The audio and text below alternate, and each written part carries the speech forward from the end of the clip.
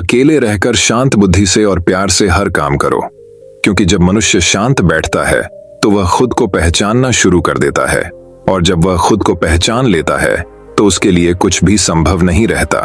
वह अच्छाई के मार्ग पर चलता रहता है और अंततः उसको सफलता अवश्य ही मिलती है। इसी सीख गौतम बुद्ध ने कई सालों पहले उस वक्त की पीढ़ी को क्यों दी थी? इसके पीछे का रहस्य क्या है? आज इसी रहस्य के बारे में हम गौतम बुद्ध की कहानियों के माध्यम से जानेंगे। तो बिना देर किए चलिए उन कहानियों की शुरुआत करते हैं। पहली कहानी, बुद्ध, आम और बच्चे की कहानी। बात उस समय की है जब महात्मा गौतम बुद्ध एक आम के बगीचे में विश्राम कर रहे थे। तभी वहां खेलते हुए बच्चों की एक टोली आ गई। सभी बच्चे आम का बगीचा देखकर आम तोड़ने के लिए वहीं रुक गए। बच्चों ने आम तोड़ने के लिए आम के पेड़ पर पत्थर मारना शुरू किया। देखते ही देखते जमीन पर आमों का ढेर लग गया। इतने में एक बच्चे ने थोड़े ऊंचे आम को तोड़ देने के लिए एक पत्थर ज्यादा तेज फेंका। वह पत्थर विश्राम कर रहे महात्मा जी को जाकर लगा और उनके माथे से खून आने लगा। सभी बच्चे यह देखकर बहुत डर गए। उन्हें लगा अब तो बुद्धा जी उनको बहुत डांटेंगे। तभी उनमें से एक बालक डरता हुआ महात्मा जी के पास गया और उनसे हाथ जोड़ते हुए बोला, हे महात्मा, हमसे बहुत बड़ी गलती हो गई है, हमें क्षमा कर दीजिए। हमारी वजह से आपको यह पत्थर लग गया और आपके माथे से खून आ गया। इस बात को सुनकर महात्मा बुद्धा ने बच्चों से कहा, मुझे इस बात का दुख नहीं है कि मुझे पत्थर लगा, पर दुख इस बात का है कि पेड़ढे को पत्थर मारने से पेड़ढे तुम्हें मीठे फल देता है, लेकिन मुझे पत्थर मारने से तुम्हें डर मिला। इस तरह अपनी बात पूरी करके महात्मा जी आगे चल दिए और बच्चे भी आम बटोरकर वापस अपने अपने घर चले गए। कहानी से सीख। इस कहानी के माध्यम से महात्मा गौतम बुद्ध हमें बताना चाहते हैं कि कोई अगर हमारे साथ बुरा व्यवहार करता है तब भी हमें उसके साथ अच्छा व्यवहार ही करना चाहिए। जिस प्रकार पेड़ढे को पत्थर मारने पर भी वह बदले में मीठे फल ही देता है, उसी प्रकार हमें भी सभी के साथ मधुर व्यवहार रखना चाहिए। तो दोस्तों, अब चलिए हमारे दूसरे कहानी की शुरुआत करते हैं। दूसरी कहानी, गौतम बुद्ध की एक प्रेरक कहानी, पुष्प के बदले शरण। एक बार की बात है जब गौतम बुद्ध जी मगध राज्य के एक गांव में ठहरे हुए थे। गांव से थोड़ा बाहर एक मोची अपने परिवार के साथ रहता था। उस मोची के घर के पास एक तालाब था। एक दिन रोज की तरह सुबह मोची तालाब किनारे पानी लेने गया। वहां उसने तालाब में एक बहुत ही अद्भुत पुष्प देखा। वह पुष्प देखने में बहुत ही सुंदर था और चमत्कारिक भी प्रतीत हो रहा था। मोची ने तुरंत ही अपनी पत्नी को बुलाया और वह पुष्प उसे दिखाया। मोची की पत्नी आध्यात्मिक और धर्म में आस्था रखने वाली थी। वह पुष्प को देखते ही समझ गई कि जरूर कल यहां से गौतम बुद्ध जी गुजरे होंगे। उन्हीं के प्रताप से यह पुष्प खिला है। पुष्प को चमत्कारिक मानकर मोची ने एक योजना बनाई।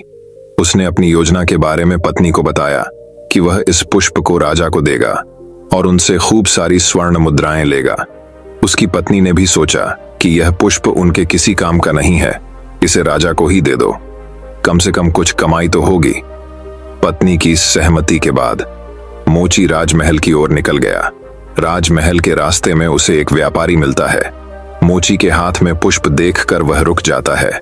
वह मोची से पूछता है कि भाई, ये पुष्प लेकर कहां जा रहे हो? मोची कहता है कि मैं ये पुष्प लेकर राजा के पास जा रहा हूं। इसे राजा को भेंट करके मैं राजा से मुंह मांगा इनाम लूंगा। व्यापारी ने मोची को प्रस्ताव दिया कि तुम ये पुष्प मुझे दे दो, बदले में मैं तुम्हें 100 स्वर्ण मुद्राएं दूंगा। मोची सोच में पड़ी डीडीएच गया। उसने सोचा कि जब व्यापारी इस पुष्प के लिए 100 स्वर्ण मुद्राएं दे रहा है तो राजा तो और ज्यादा देगा। यही सोचते हुए उसने व्यापारी को पुष्प देने से मना कर दिया। थोड़ा आगे चला ही था कि उसे रास्ते में राजा आते हुए नजर आए, जो गौतम बुद्ध के दर्शन के लिए जा रहे थे। राजा भी मोची के हाथ में वो दिव्य पुष्प देखकर अचंभित हो गए। राजा ने मोची को पुष्प के बदले 1000 स्वर्ण मुद्राएं देने के लिए कहा। यह सुनते ही मोची के मन में एक अजीब सी चेतना आई और वह राजा को पुष्प न देकर दौड़ता हुआ सीधे महात्मा बुद्ध के पास जा पहुंचा। महात्मा बुद्ध जी मोची को देखकर हैरत में पड़ गए। उन्होंने मोची से पूछा तो मोची ने उन्हें सारी बात बताई। इसके बाद मोची ने वह पुष्प महात्मा गौतम बुद्ध के चरणों में अर्पित किया और उनसे कहा कि पहले तो मेरे मन में पुष्प को देखकर लालच आ गया था, लेकिन अब मैं समझ गया हूं कि जिसकी छाया पड़ने डीचने से ही एक पुष्प इतना दिव्य हो गया हो, अगर उसकी शरण में मैं चला जाऊं तो मेरा जीवन भी धन्य हो जाएगा। इसके बाद वह आजीवन महात्मा गौतम बुद्ध का शिष्य बनकर रहा। हमें इस कहानी से सीख मिलती है। इस कहानी ने हमें सिखाया कि हमारी जिंदगी में हमें बहुत सी चीजें अपनी तरफ आकर्षित करती हैं, लेकिन हमें उनके लालच में न फंसकर अपने ज्ञान का प्रयोग करके जीवन में सही राह को चुनना चाहिए। तो दोस्तों, अब चलिए हमारे तीसरी कहानी की शुरुआत करते हैं। तीसरी कहानी, सकारात्मक नजरिया। वही इंसान जो सकारात्मक रहता है वह उस इंसान से ज्यादा खुश रहता है जो नकारात्मक सोचता है, क्योंकि किसी ने कहा है कि जैसा हम सोचते हैं हमारे साथ वैसा ही होने लगता है। ये सिर्फ कहने की बात नहीं है, बल्कि ये बात बिल्कुल सही है। आपने कई बार इसे महसूस भी किया होगा कि जब कभी सुबह उठते समय आपको थोड़ी चोट लगी हो तो आपने सोचा होगा आज का तो दिन ही बुरा है, और आपने अपना नजरिया उस दिन के लिए नकारात्मक बना लिया। लेकिन फिर ऐसा ही होता है और ऐसी ही घटनाएं आपके साथ होने लगती हैं। क्यों? क्योंकि हमारा नजरिया नकारात्मक हो जाता है। और वहीं जब हम उठते हैं और हमें कोई अच्छी खबर मिल जाए तो हम सकारात्मक सोचने लगते हैं और बोलते हैं आज का दिन बहुत अच्छा है और हमारा सारा दिन बहुत अच्छा निकलता है। ये सब हमारी सोच की ताकत है। हम जैसा सोचते हैं हमारे साथ वैसा ही होने लगता है, और जब हम सकारात्मक सोचते हैं तो हमारे साथ सब कुछ अच्छा होने लगता है और सभी परिणाम अच्छे आते हैं। लेकिन अगर हम नकारात्मक सोचते हैं तो हमारे साथ सब कुछ बुरा होने लगता है। इसलिए हमें अच्छे परिणाम के लिए सकारात्मक नजरिया बहुत जरूरी है। और हम सकारात्मक नजरिए से अच्छे परिणाम कैसे पा सकते हैं, इसके लिए हम चलते हैं एक बहुत ही प्रेरणादायक कहानी पर। एक समय की बात है जब राजा महाराजाओं का समय चल रहा था। एक व्यापारी को सामान लेकर राजा के दरबार में शामिल होना था, तो वह व्यापारी राजा के यहाँ सारा सामान भरकर गाड़ी से निकलता है। लेकिन रास्ते में एक बिल्ली उस व्यापारी का रास्ता काट जाती है। अब व्यापारी बोलता है गाड़ी राय को, क्योंकि बिल्ली रास्ता काट गई। बोलता है ये तो अपशकुन हो गया, हो सकता है रास्ते में गाड़ी पलट जाए या हो सकता है कोई और दुर्घटना हो जाए। और उस व्यापारी के मन में अलग अलग नकारात्मक बातें आने लगती हैं और वह गाड़ी को वापस घर लौटा लाता है। उसी राज्य में एक दूसरा व्यापारी भी रहता है, उसे भी राजा के दरबार में सामान ले जाना था। वह रास्ते में निकलता है सारा सामान लेकर, तो उस व्यापारी का रास्ता भी बिल्ली काट जाती है। लेकिन व्यापारी को इससे ज्यादा फर्क नहीं पड़ता और वह राजा के दरबार में पहुंच जाता है। इस व्यापारी के काम और लगन को देख राजा बहुत खुश होता है और इसे बहुत से उपहार और मिठाइयां दे देता है। ये व्यापारी घर आता है और इसका परिवार खुश रहता है। लेकिन पहले वाला व्यापारी बहुत दुखी रहता है। पहले वाला व्यापारी राजा के दरबार नहीं पहुंचता तो राजा उसे दंड देता है और उसे कारावास में डाल देते हैं और उसके सारे परिवार वाले परेशानी में आ जाते हैं। और व्यापारी सोचता है कि ये जो बुरा हो रहा है उस बिल्ली के कारण हो रहा है जो उसका रास्ता काट गई थी। लेकिन ये सब तो सिर्फ उसकी नकारात्मक सोच का परिणाम था। सीख, अगर हमारी सोच नकारात्मक होगी तो हमारे परिणाम भी खराब आएंगे। लेकिन अगर हम अच्छी मेहनत करें और सकारात्मक सोच रखेंगे तो हमारे परिणाम भी अच्छे आने लगेंगे। अपनी सोच को सकारात्मक रखना चाहिए। जो हुआ अच्छे के लिए हुआ, ये सोच हमें रखनी चाहिए। हो सकता है कुछ लोग ये तो सब बोलने की बात है, सकारात्मक नजरिया रखने से कुछ नहीं होता है। लेकिन क्या आपको पता है, एक व्यक्ति अगर गलत काम में भी सकारात्मक नजरिए से काम करता है तो उसे सिर्फ वही काम अच्छा लगने लगता है। भले ही लोग कुछ भी कहें, आज की दुनिया में लोग अलग अलग तरह के काम करते हैं। व्यक्ति का काम दूसरे व्यक्ति को गलत लगता है तो वही काम दूसरे व्यक्ति के लिए भगवान होता है। ऐसा क्यों होता है? लोगों को जो काम गलत लगता है वही काम उस व्यक्ति को सही लगता है। ऐसा क्यों होता है? ये सब उस व्यक्ति का उस काम के प्रति नजरिया होता है। बहुत सारे लोगों को नेटवर्क मार्केटिंग बिजनेस गलत लगता है, लेकिन वही काम कुछ लोग दिल और जान लगाकर करते हैं क्योंकि उनका नजरिया उस काम के प्रति सकारात्मक होता है। यही कारण होता है कि एक व्यक्ति के लिए वही काम अच्छा होता है और दूसरे व्यक्ति के लिए वही काम गलत होता है। सकारात्मक नजरिया रखने के फायदे। सकारात्मक नजरिया रखने वाला व्यक्ति हर चीज में कुछ अच्छा खोज लेता है, जिससे उसका जीवन सरल और सुखी हो जाता है। सकारात्मक नजरिया आपको परिस्थिति पर काबू रखने में मदद करता है। सकारात्मक नजरिया जीवन की परेशानियों को कम कर देता है। जैसे अगर किसी के एक हाथ में फ्रैक्चर आ गया तो क्या उसे रोते ही रहना चाहिए या ये शुक्रिया करना चाहिए कि दूसरा हाथ तो सलामत बचा है। ये सब हमारे नजरिए पर निर्भर करता है। सकारात्मक नजरिया हमें आगे बढ़ने के लिए प्रोत्साहित करता है, क्योंकि आप आज बहुत मेहनत कर रहे हो, पर हो सकता है आपको आज अच्छे परिणाम न मिल रहे हो, तो हो सकता है आप काम छोड़ दें। लेकिन अगर आप सकारात्मक नजरिए के साथ काम करेंगे तो कुछ समय बाद परिणाम भी आने ही लगेंगे, जिससे हमें बड़ी सफलता मिल सकती है। सफलता पाने के लिए हमें अपना नजरिया सकारात्मक ही रखना होगा, क्योंकि अच्छे परिणाम के लिए अच्छा नजरिया होना जरूरी होता है। क्योंकि हम वह करने वाले हैं जो किसी ने नहीं किया, तो हमें उस चीज पर विश्वास करना ही होगा। तो दोस्तों, अब चलिए हमारे चौथे कहानी की शुरुआत करते हैं। चौथी कहानी, गुरु की महिमा, सबसे प्रेरणादायक कहानी। कहते हैं, जिसकी जिंदगी में गुरु नहीं, उसकी जिंदगी अभी शुरू नहीं। और यह बात बिल्कुल सही है, क्योंकि गुरु की महिमा वही जानता है जिसको गुरु ने जीरो से हीरो बना दिया। जैसे जिंदा रहने के लिए सांसों की जरूरत होती है, उसी तरह जिंदगी में सफलता पाने के लिए सही गुरु की जरूरत होती है। जो व्यक्ति गुरु की महिमा को नहीं समझता है, वह ठोकरें खाता रहता है। इसलिए गुरु की महिमा जानना बहुत ज्यादा जरूरी है, क्योंकि गुरु हमें सभी समस्याओं से बचाता है, क्योंकि उन्हें पता होता है कि कहाँ क्या समस्या आती है और समस्या का हल कैसे करना है। सफलता वही पाता है जो गुरु की महिमा को जानता और समझता है, क्योंकि कई बार ऐसा होता है कि व्यक्ति के पास गुरु तो होते हैं, लेकिन वह उनकी बातों को और उनके महत्व को नहीं समझता है। और जो व्यक्ति गुरु के महत्व को समझता है, वह सफलता पाता है। भारत देश में पहले से ही गुरुओं का महत्व सर्वोच्च पर रखा जाता है। हो सकता है कि आपने कबीर जी के दोहे पढ़े हो, तो शायद आपको याद हो कि उन्होंने गुरु को टॉमस भगवान से भी ऊपर रखा है। आपको इन लाइनों से समझ आ जाएगा। गुरु गोविंद दोनों खड़ी डिडिए है, काके लागू पाए, बलिहारी गुरु आपने, गोविंद दियो बताए अर्थ। कबीर दास जी ने इस दोहे में गुरु की महिमा का वर्णन किया है। वे कहते हैं कि जीवन में कभी कभी ऐसी स्थिति आ जाती है कि जब गुरु और गोविंद एक साथ खड़े होकर मिलें, तो पहले किसे प्रणाम किया जाए। गुरु ने हमें गोविंद से मिलवाया है, इसलिए गुरु का स्थान गोविंद से भी ऊंचा है। ये सिर्फ कुछ शब्द नहीं है, बल्कि ये सब समस्याओं का समाधान हो सकता है। बस आपका नजरिया सही होना चाहिए। जैसा नजरिया हम रखेंगे, वैसा ही हमें नजर आएगा। एक साधु जंगल में सालों से तपस्या कर रहे थे। उनका एक शिष्य था जो उनका ध्यान रखता था और उनकी सेवा करता था। उस साधु की महिमा इतनी थी कि वहां के आसपास जितने भी गांव थे, वहां से सभी लोग उनके दर्शन करने आया करते थे। एक दिन जब साधु अपनी समाधि से जागे, तो उन्होंने सभी को दर्शन दिए और सबको आशीर्वाद दिया। उनके शिष्य ने बोला कि महाराज, मेरे लिए क्या आज्ञा है? तो साधु अपने शिष्य को बाकी की शिक्षा देते हैं। जब शिष्य की शिक्षा पूरी हो जाती है, तो वह साधु से बोलता है कि अब मैं भी दूसरी जगह जाकर साधना करूंगा। तो साधु जी उसे समझाते हैं कि अगर कोई समस्या आए तो मुझे जरूर याद करना। उसके बाद साधु को प्रणाम कर शिष्य वहां से निकल जाता है। जंगल में भटकते भटकते वह काफी दूर निकल जाता है, पर उसे कोई ऐसी जगह नहीं मिली जहां वह तपस्या कर सके। फिर एक जगह पर रुक कर वह थोड़ा आराम करता है। फिर वह आगे की ओर निकल जाता है। थोड़े आगे चलते ही उसे एक ऐसी जगह मिल जाती है जहां पर वह तपस्या कर सके।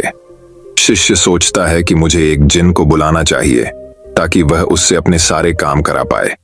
शिष्य जिन को बस में करने के लिए तपस्या करने लग जाता है। कई दिन निकल जाते हैं, महीनों निकल जाते हैं, और फिर अपने तप के प्रभाव से जिन को अपने बस में कर लेता है। जैसे ही जिन प्रकट होता है, जिन बोलता है, हुकुम मेरे आका, मुझे कोई काम बताओ, अगर मैं फ्री हुआ तो मैं तुम्हें खा जाऊंगा। यह सुनकर शिष्य उसको काम बताता है कि मैंने बहुत दिनों से कुछ खाया नहीं है, मेरे लिए इस दुनिया के सबसे अच्छे सारे पकवान लेकर आ। जिन उस शिष्य के लिए खाना लेने जाता है और 1 मिनट के अंदर वापस आ जाता है, और फिर बोलता है, जो हुकुम मेरे आका, मुझे कोई काम बताओ, अगर मैं फ्री हुआ तो मैं तुम्हें खा जाऊंगा।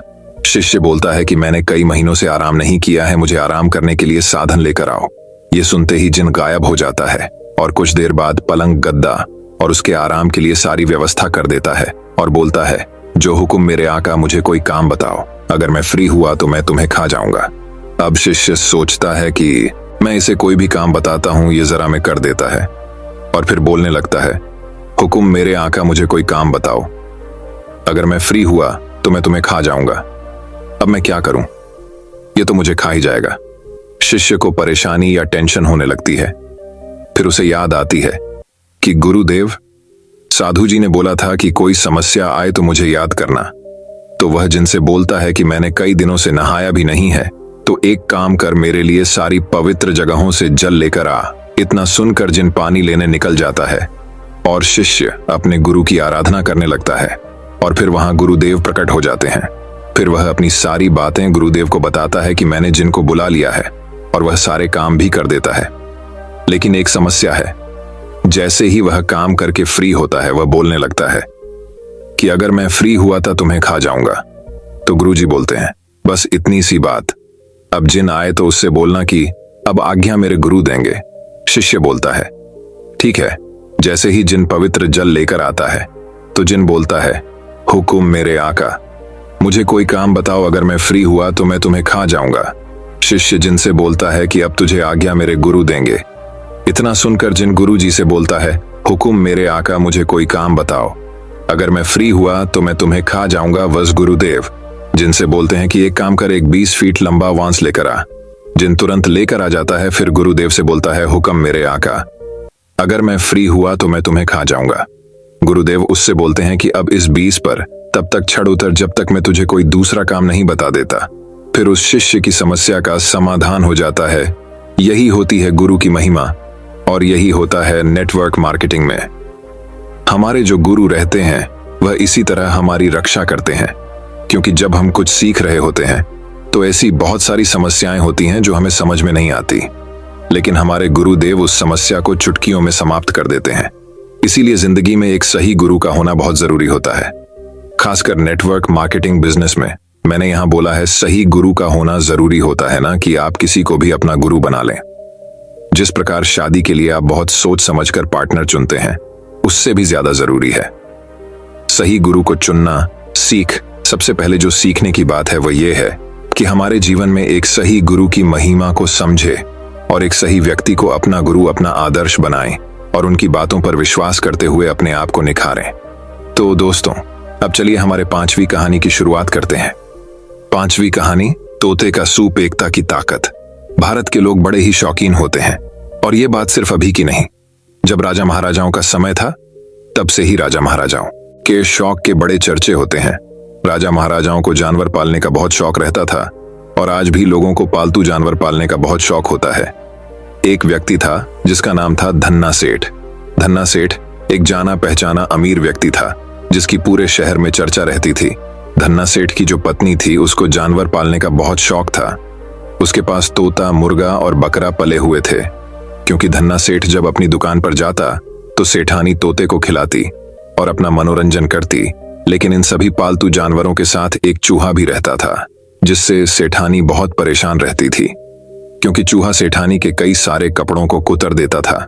दिवाली के त्योहार के दिन धन्ना सेठ अपनी पत्नी के लिए 5 रुपए की एक बहुत शानदार साड़ी लेकर आता है, और सेठानी दूसरे दिन उस साड़ी को पहनने लिए बहुत ही उत्सुक रहती है। दूसरे दिन जब सेठानी उस साड़ी को पहनने के लिए उठाती है तो देखती है कि उस साड़ी में एक बड़ा सा छेद हो रहा होता है। ये देखते ही सेठानी आग बबूला हो जाती है, क्योंकि उस साड़ी को चूहा कुतर देता है, जिससे साड़ी में छेद हो जाता है। ये बात धन्ना सेठ को पता चलती है, तो धन्ना सेठ सेठानी से बोलता है, गुस्सा मत हो, मैं दूसरी साड़ी ले आऊंगा और चूहे को पकड़ने के लिए चूहादानी ले आऊंगा। दूसरे दिन धन्ना सेठ चूहादानी ले आता है। चूहादानी को देख चूहा डर जाता है। चूहा भागते भागते तोते के पास जाता है और तोते से बोलता है, तोता भाई, घर में चूहादानी आ चुकी मुझे पकड़ने के लिए, कुछ करना पड़ेगा। तो तोता बोलता है, चूहादानी तो तुझे पकड़ने के लिए है, मुझे उससे क्या। और तोता उसकी मदद नहीं करता। चूहा भागते भागते मुर्गे के पास जाता है और मुर्गे से बोलता है, मुर्गा भाई, घर में चूहादानी आ चुकी मुझे पकड़ने के लिए, कुछ करना पड़ेगा। तो मुर्गा बोलता है, चूहादानी तो तुझे पकड़ने के लिए है, मुझे उससे क्या। और मुर्गा भी उसकी मदद नहीं करता। फिर चूहा बकरे के पास जाता है और उससे भी यही बोलता, पर बकरा भी चूहे की मदद नहीं करता। अब रात होती है और सेठानी चूहे का इंतजार करती है कि कब चूहा चूहेदानी में फंसे और कब वह अपनी नई साड़ी को कुतरने का बदला ले। कुछ देर बाद अचानक से खट की आवाज आती है और सेठानी जल्दी में बिना लाइट चालू किए चूहादानी के पास जाती है। जैसे ही सेठानी उस चूहादानी को उठाती है तो उसे एक जहरीला सांप काट लेता है, जो चूहे को खाने के लिए आया था और चूहादानी में फंस गया था। सांप सेठानी को खाकर वहां से भाग जाता है, और यहां सेठानी की चीख सुनकर धन्ना सेठ भी जाग जाता है और लाइट चालू करके देखता है तो उसे पता चलता है कि सेठानी को सांप ने काट लिया। धन्ना सेठ तुरंत सेठानी को डॉक्टर के पास ले जाता है। डॉक्टर सेठानी का चेकअप करता है, फिर बोलता है कि इसका इलाज तो बहुत मुश्किल है क्योंकि सांप बहुत जहरीला था। और डॉक्टर बोलता है कि मैंने ऐसा सुना है कि अगर सही समय पर तोते का सूप मिल जाए तो सेठानी को बचाया जा सकता है, लेकिन तोता इतनी जल्दी कहां से मिलेगा। तो धन्ना सेठ बोलता है कि हमारे घर में ही तोता है, और फिर उस तोते का सूप बनाकर सेठानी को पिलाया जाता है और वो चूहा देख रहा था। फिर जब सेठानी थोड़ी ठीक हुई तो रिश्तेदार मिलने आए तो धन्ना सेठ सेठानी की खुशी में घर पर छोटी सी दावत देता है, और दावत में अब कढ़ाई पर चढ़ने की बारी मुर्गे की थी और मुर्गे का चिकन बनाकर रिश्तेदारों को परोसा जाता है। और वो चूहा देख रहा होता है और बोलता है अगर मेरी बात मान ली होती तो ये सब नहीं होता। और कुछ दिनों बाद जब सेठानी बिल्कुल ठीक हो जाती है तो रिश्तेदार बोलते हैं कि इतना जहरीला सांप था सेठानी की किस्मत बहुत अच्छी थी और अब सेठानी बिल्कुल ठीक है। तो धन्ना सेठ सेठानी के बिल्कुल ठीक होने की खुशी में एक पार्टी रखता है और उस पार्टी में मटन बनाया जाता है। और इस बार कढ़ाई पर चढ़ने की बारी उस बकरे की थी और चूहा ये सब देख रहा था और सोच रहा था कि अगर इन्होंने मेरी मदद की होती तो ये भी जिंदा होते। और इस तरह सभी जानवर एक के बाद एक की जान चली जाती है, लेकिन अगर उन्होंने चूहे की बात मानी होती तो सभी जानवर ठीक होते। लेकिन उन्होंने एक दूसरे की मदद नहीं की, जिसका परिणाम ये हुआ कि वह सब के सब मारे गए। अगर वह सभी एक साथ एकता में रहते तो सभी जिंदा होते। सीख, इस कहानी से सीख मिलती है कि अगर हम एकता में नहीं रहते हैं और एक दूसरे का साथ नहीं देंगे तो हमारे साथ भी यही होगा। हमें कोई भी अकेला समझकर फायदा उठा लेगा। तो दोस्तों अब चलिए हमारे छठी कहानी की शुरुआत करते हैं। छठी कहानी दोस्तों बात बहुत समय पहले की है। सड़कों पर रहने वाले अधीर का जीवन एक सरलता और उदाहरण की कहानी बन गया था। उसका एकमात्र ख्वाब था वह अमीर बनना। वह अपनी गरीबी से बहुत परेशान था और चाहता था कि उसका जीवन कभी बदले और वह जल्द से जल्द अमीर बन जाए। अधीर का दिल उसके गांव के पास रहने वाले दूसरे अमीर व्यापारी विक्रम से बहुत अधिक लालची था। लेकिन अधीर के मन में यह गलतफहमी थी कि आमिर विक्रम लालची हैं तो मैं भी लालची हो जाऊंगा, जबकि विक्रम लालची बिल्कुल नहीं था। वह बहुत ही समझदार और लोगों की मदद करने वाला इंसान था। विक्रम का घर बड़ा था, उसके पास हर रोज नई नई गाड़ियां बदलती थीं और उसकी सोने की घड़ी बेशक महंगी थी, परंतु उसका बर्ताव और उसका स्वभाव उसे सबसे हटकर बना देते थे। एक दिन अधीर का लालच इतना बढ़ गया था कि वे अब तय किया कि वह विक्रम के बराबर बनेगा। उसने अपने मन में तय किया और अमीर बनने का निर्णय लिया। उन्होंने सोचा कि यदि वह विक्रम के जैसा होता है तो उसे भी यह सब मिल सकता है जो उसे चाहिए। अधीर ने अपनी शुरुआत की, लेकिन उसने कभी भी विक्रम की तरह आत्मसमीक्षा नहीं की और विक्रम की तरह दूसरों की मदद करने में विशेष रुचि नहीं ली। उसका मानना था कि उसका हर कदम अमीरी की दिशा में है, चाहे वह किसी को भी चोट पहुंचे या ना पहुंचे। एक दिन गांव में एक अमृत वृक्ष खिला। इस वृक्ष का फल बड़ा ही रहस्यमय और अद्वितीय था। इस फल को लेकर गांव वाले उत्साहित हो रहे थे। यह फल अमृत से कम नहीं था और जिसने भी इसे खाया उसने अत्यंत सुख से भरी जिंदगी जीता था। अधीर ने सुना कि इस फल का स्वाद अत्यधिक स्वादिष्ट और आकर्षक है, लेकिन जो फल उगे थे वे सब खत्म हो चुके थे। उसने तय किया कि वह भी इसे पाने के लिए पहाड़ों की ओर निकलेगा, चाहे जो भी हो। अधीर ने पहाड़ों की ऊंचाइयों को पार करते हुए फल की खोज में अपने मित्रों के साथ रास्ता तय किया। रास्ते में वह बहुत सारी मुश्किलों और चुनौतियों का सामना करता है, परंतु उसका लालच उसे हर कदम पर आगे बढ़ने के लिए प्रेरित कर रहा था। आखिरकार वह और उसके मित्र फल को पाते हैं, लेकिन अधीर का लालच मन में इतना था कि वह पूरे पेड़ को ही उखाड़कर अपने साथ ले जाना चाहता था और वह उस पेड़ को उखाड़ने लगा। उसके दोस्तों ने उसे पेड़ को नुकसान न पहुंचाने की चेतावनी भी दी, लेकिन उसने उनकी बात नहीं सुनी, क्योंकि अधीर के मन में तो था कि वह उस पेड़ के अमृत फल को बेचकर अमीर बन जाएगा। लेकिन जैसे ही पेड़ को अधीर ने उखाड़ा, पेड़ पूरा सूख गया और उसके सारे फल गायब हो गए। और मरते मरते पेड़ ने अधीर से कहा कि तुम कभी किसी को उजाड़ कर अमीर नहीं बन सकते। पेड़ की यह बात अधीर के मन में लगी और उसे अपनी इस हरकत पर बहुत शर्म आई कि मैंने अपने लालच की वजह से एक पेड़ उजाड़ दिया। और उसने पेड़ से माफी मांगी और खुद को सुधारने की कसम खाई कि वह कभी भी पैसे के लिए किसी को नुकसान नहीं पहुंचाएगा। इस बात से उन्हें एक बड़ा सच्चाई का सामना करना पड़ता है। इस फल का स्वाद लालच से ज्यादा बहुत ही कड़ा और खट्टा होता है। ये उनके लिए बिल्कुल भी सुखद नहीं होता है। अधीर ने इस अनुभव से अपनी गलती को समझा और अपनी जिंदगी को सही दिशा में मोड़ दिया। उसने गांव वालों के साथ अपनी खोई हुई इज्जत वापस पाई और उसका जीवन सच्ची धन धान्यता में बदल गया। दोस्तों, इस कहानी से हमें यह सीखने को मिलता है कि लालच हमें अच्छे से अच्छा मनोबल प्रदान कर सकता है, लेकिन जब यह हमें अपने लक्ष्यों की दिशा में भटका देता है तो हमें खुद को आत्मसमीक्षा करनी चाहिए। हमें यह समझना चाहिए कि सच्चा धन हमारी सच्ची सुख शांति में होता है, जो हमें लालच से नहीं अपने सही कर्मों से मिलता है। तो दोस्तों, अब चलिए हमारे 7वीं कहानी की शुरुआत करते हैं। 7वीं कहानी बहुत समय पहले की बात है। जंगल में एक गधा बरगद के पेड़ के नीचे लेटकर आराम कर रहा था। लेटे लेटे उसके मन में बुरे ख्याल आने लगे। उसने सोचा, यदि धरती फट गई तो मेरा क्या होगा। अभी उसने ऐसा सोचा ही था कि उसे एक जोर के धमाके की आवाज आई। वह भयभीत हो उठा और चीखने लगा, भागो भागो, धरती फट रही है, अपनी जान बचाओ। और ऐसा कहते हुए वह पागलों की तरह एक दिशा में भागने लगा। उसे इस कदर भागता देखते हुए एक अन्य गधे ने उससे पूछा, अरे क्या हुआ भाई, तुम इस तरह बदहवास भागे क्यों जा रहे हो। अरे तुम भी भागो, अपनी जान बचाओ, धरती फट रही है।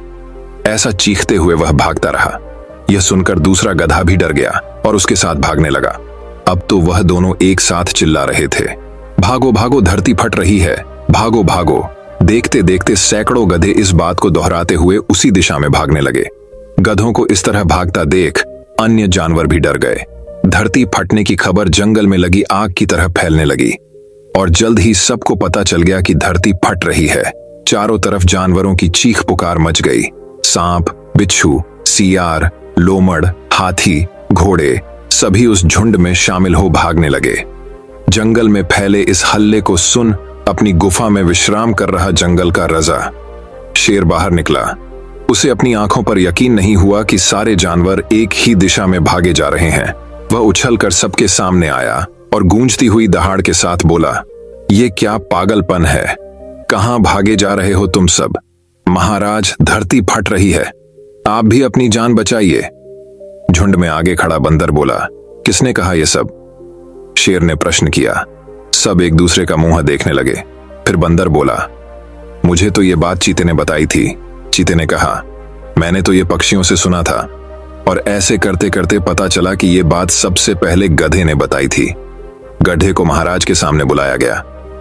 तुम्हें कैसे पता चला कि धरती फट रही है, शेर ने गुस्से से पूछा। मैंने अपने कानों से धरती के फटने की आवाज सुनी महाराज, गधे ने डरते हुए उत्तर दिया। ठीक है, चलो मुझे उस जगह ले चलो और दिखाओ कि धरती फट रही है। ऐसा कहते हुए शेर गधे को उस तरफ ढकेलता हुआ ले जाने लगा। बाकी जानवर भी उनके पीछे हो लिए और डर डर कर उस ओर बढ़ने लगे।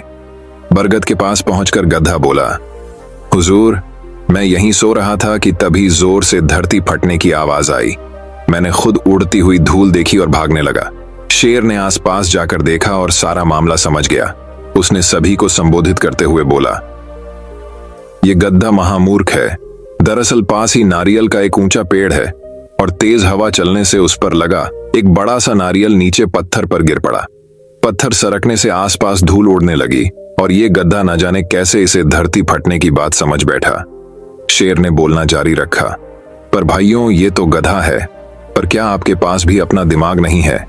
जाइए, अपने घर जाइए और आइंदा से किसी अफवाह पर यकीन करने से पहले 10 बार सोचिएगा। इस कहानी से हमें यह सीख मिलती है कि हमें किसी की भी बातों पर अंधा विश्वास नहीं करना चाहिए। पहले उस बात को पूरी तरह समझ और उस बात को गहराई से अपनी बुद्धि लगाकर सोचकर ही कोई भी निर्णय लेना चाहिए। अगर दुनिया एक ही दिशा में भागे तो हमें भी उसी दिशा में नहीं जाना है। हमें कोई और मार्ग खोजना है जिससे हम उन सभी के आगे निकल सके। तो दोस्तों, अब चलिए हमारे 8वीं कहानी की शुरुआत करते हैं। 8वीं कहानी, किसान की समस्या। सालों पहले गुमथा गांव में रहने वाला एक किसान काफी दुखी था। वो अपनी जीवन की छोटी छोटी परेशानियों को लेकर उदास रहता था और अपने दुख के बारे में लोगों को बताता फिरता था। एक दिन उसे किसी ने सलाह दी कि तुम गौतम बुद्ध के पास चले जाओ, वे तुम्हारी समस्याओं का कोई न कोई हल जरूर निकाल देंगे। उस व्यक्ति की बात सुनते ही दूसरे दिन वो किसान सीधे महात्मा बुद्ध के पास पहुंच गया। गौतम बुद्ध के पास पहुंचकर उन्हें प्रणाम करते हुए उसने बताया कि मैं एक किसान हूं और मैं खेती करके जीवन यापन करता हूं। मैं यहां अपनी समस्याओं का समाधान लेने के लिए आया हूं। दरअसल कई बार हमारी फसल अच्छी होती है तो कभी बिल्कुल भी नहीं होती। इससे मैं बहुत परेशान हो जाता हूँ। इतना कहने के बाद किसान ने आगे कहा कि मेरी पत्नी है और वो मुझसे बेहद प्रेम करती है, पर कभी कभी वो मुझे बहुत परेशान करती है। उससे मैं तंग आ गया हूँ और कभी कभी लगता है कि अगर वो मेरे जीवन में नहीं आती तो मैं कितने अच्छे से रहता। इस तरह वह अपनी सारी परेशानियां महात्मा बुद्ध को सुनाता रहा और वो उसकी बातें सुनते रहे जब तक किसान बात कर रहा था। तब तक गौतम बुद्ध एक शब्द भी नहीं बोले। वो बस ध्यान से किसान की ही बातें सुन रहे थे। परेशानी बताते हुए किसान बोलता है कि मेरा एक बच्चा भी है, वो है तो काफी अच्छा, पर कई बार मुझे परेशान करता है और मेरा कहना नहीं मानता। उसके ऐसे व्यवहार से मुझे लगता है कि वो मेरा बच्चा नहीं है। ऐसा कहते हुए किसान अपनी सारी परेशानी को बताता गया। इस तरह किसान ने अपने जीवन का सब कुछ जो उसे सताता था और दुखी करता था वो गौतम बुद्ध को बता दिया। अब किसान के पास उन्हें बताने के लिए कुछ भी नहीं बचा और उसका मन काफी हल्का हो गया।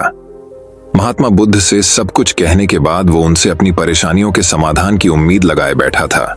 काफी देर तक गौतम बुद्ध के जवाब का इंतजार करने के बाद बेसब्र होकर किसान ने ऊंची आवाज में महात्मा बुद्ध से पूछा, क्या आप मेरी समस्याओं को लेकर कुछ नहीं कहेंगे? तब गौतम बुद्ध बोले, मैं तुम्हारी किसी तरह से भी मदद नहीं कर सकता।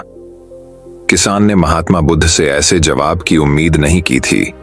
वो उनका जवाब सुनकर हैरान हो गया। उसे अपने कानों पर भरोसा नहीं हो रहा था। उसने भगवान बुद्ध से पूछा कि ये आप क्या बोल रहे हैं? क्या आप मेरी समस्याओं का समाधान नहीं कर सकते? मैंने सुना है कि आप सभी की समस्याओं का समाधान करते हैं, तो मेरी समस्याओं का क्यों नहीं करेंगे? महात्मा बुद्ध इस बात पर किसान से कहते हैं कि आपके जीवन में जितनी कठिनाइयां हैं उतनी हर किसी के जीवन में होती है और सबको अपनी छोटी समस्याएं भी बड़ी लगती हैं। आपके जीवन में कोई ऐसी समस्या नहीं है जो दूसरों को न हो। हर व्यक्ति को अपने जीवन में सुख दुख का सामना करना पड़ता है। हम चाहे जितनी भी कोशिश कर लें, लेकिन हमारे जीवन में सुख और दुख दोनों आएंगे ही आएंगे। कई बार हमारे अपने हमें बेगाने लगने लगते हैं, तो कई बारी बेगाने हमें अपने लगने लगते हैं। सभी का जीवन ऐसी समस्याओं से घिरा हुआ है जिसका कोई समाधान नहीं है। अगर किसी के जीवन से एक समस्या जाती है तो दूसरी समस्या आ जाती है। ऐसे में तुम एक समस्या का आज समाधान कर लोगे तो तुम्हें कल दूसरी समस्या का सामना करना पड़ रहेगा। यही जीवन का एक अटल सत्य है। बुद्ध की बातें सुनकर किसान को गुस्सा आ जाता है और वो उन्हें बोलता है कि लोग आपको महात्मा कहते हैं। मैंने लोगों से यह भी सुना है कि आप सबकी परेशानी दूर करते हैं, पर मेरी समस्या का निवारण करने के बजाय आप मुझे फिजूल की बातें बता रहे हैं। मैं आपके पास बहुत उम्मीद लेकर आया था, पर अब मुझे लग रहा है कि आपके पास मेरा आना व्यर्थ हुआ। मैंने जो भी आपके बारे में सुना था वो सब झूठ है। महात्मा बुद्ध को इतना कहकर किसान वहां से जाने लगता है। तभी उससे भगवान बुद्ध कहते हैं कि तुमने जो समस्याएं बताई हैं उनका मैं समाधान नहीं कर सकता, पर मैं तुम्हारी दूसरी परेशानी का निवारण कर सकता हूं। बुद्ध की बातें सुनकर किसान हैरान हो गया और बुद्ध से कहता है कि मैंने जो समस्या बताई उसके अलावा मुझे कोई और समस्या नहीं है, और है भी तो मुझे उसका ज्ञान क्यों नहीं है। बुद्ध उनसे कहते हैं कि आपकी समस्या यह है कि आप नहीं चाहते हैं कि आपके जीवन में किसी तरह की समस्या हो, खुद को किसी तरह की समस्या न हो। यह सोच रखना ही दूसरी समस्याओं का कारण बनता है। आपको यह स्वीकार कर लेना चाहिए कि हर व्यक्ति के जीवन में किसी न किसी तरह की समस्या होती है। यह सोचना छोड़ दो कि आप इस दुनिया के सबसे दुखी इंसान हो। आपको अपने आसपास के लोगों को देखना चाहिए, क्योंकि बाकी लोग भी किसी न किसी चीज से परेशान और दुखी हैं। जीवन में सुख और दुख आकर ही रहेंगे, उसे कोई नहीं बदल सकता। बस तुम्हें दोनों ही स्थिति में खुद को काबू में रखना होगा। इससे दुख का असर तुम पर ज्यादा नहीं होगा। ऐसे में तुम्हें यह सोचना छोड़ना होगा कि तुम्हारे जीवन में समस्या न हो, तभी तुम हर समस्या का आसानी से सामना कर पाओगे। बुद्ध की बातें सुनकर किसान उनके पैरों पर गिर गया और उनसे माफी मांगने लगा। वो समझ चुका था कि महात्मा बुद्ध उससे क्या कहना चाह रहे हैं। इस कहानी की सीख, हमें अपनी छोटी छोटी परेशानियों के लिए किसी से शिकायत नहीं करनी चाहिए, बल्कि उन परेशानियों का खुद से सामना करना चाहिए। दोस्तों, मैं उम्मीद करता हूं कि यह कहानी सुनने से आपके जीवन में अच्छे बदलाव आए होंगे। आपको इस वीडियो से क्या सीखने मिला, ये कमेंट करके जरूर बताएं और अपने परिवार, दोस्तों या आपके करीबी इंसान के साथ ये कहानी शेयर करके उन्हें भी इस ज्ञान से परिचित करवाएं। बाकी अगर आपको ये वीडियो दिल से अच्छी लगी हो तभी इस वीडियो को लाइक कर देना। और आपने अब तक इस चैनल को सब्सक्राइब न किया हो तो चैनल को सब्सक्राइब भी जरूर कर देना। आपका हर दिन शुभ हो और खुशियों से आपका जीवन भरा रहे। धन्यवाद। नमो बुद्धाय।